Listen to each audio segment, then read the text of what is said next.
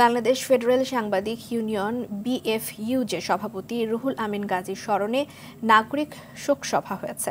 সকালে জাতীয় প্রেস ক্লাবের অডিটোরিয়ামে বিএফইউজে এবং ডিইউজে আয়োজিত স্মরণ সভায় রুহুল আমিন গাজীর বিদেহী আত্মার মাগফিরাত কামনা করেন রাজনীতিক, পেশাজীবী এবং সাংবাদিক সহ বিশিষ্টজনেরা। এ সময় বিএনপি চেয়ারপারসনের উপদেষ্টা আব্দুস সালাম বলেন, মিথ্যা মামলা দিয়ে 18 মাস রুহুল আমিন গাজীকে জেলে রেখে নির্যাতন করা হয়েছে। বিএনপি চেয়ারপারসন সহ সব পর্যায়ের নেতাকর্মীকেই এভাবে নির্যাতন জুলুম করেছে আওয়ামী লীগ সরকার। শত প্রতিকূলতায়ও রুহুল আমিন গাজী কখনোই ফ্যাসিবাদের সঙ্গে আপোষ করেননি বলেও জানিয়েছেন তিনি।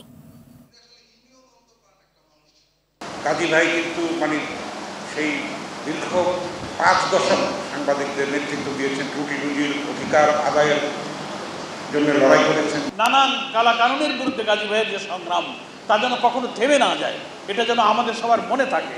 এটাই আজকে শোক সভায় তার প্রতি ঋণ শোধ করার জন্য একটা কমিটমেন্ট হতে পারে।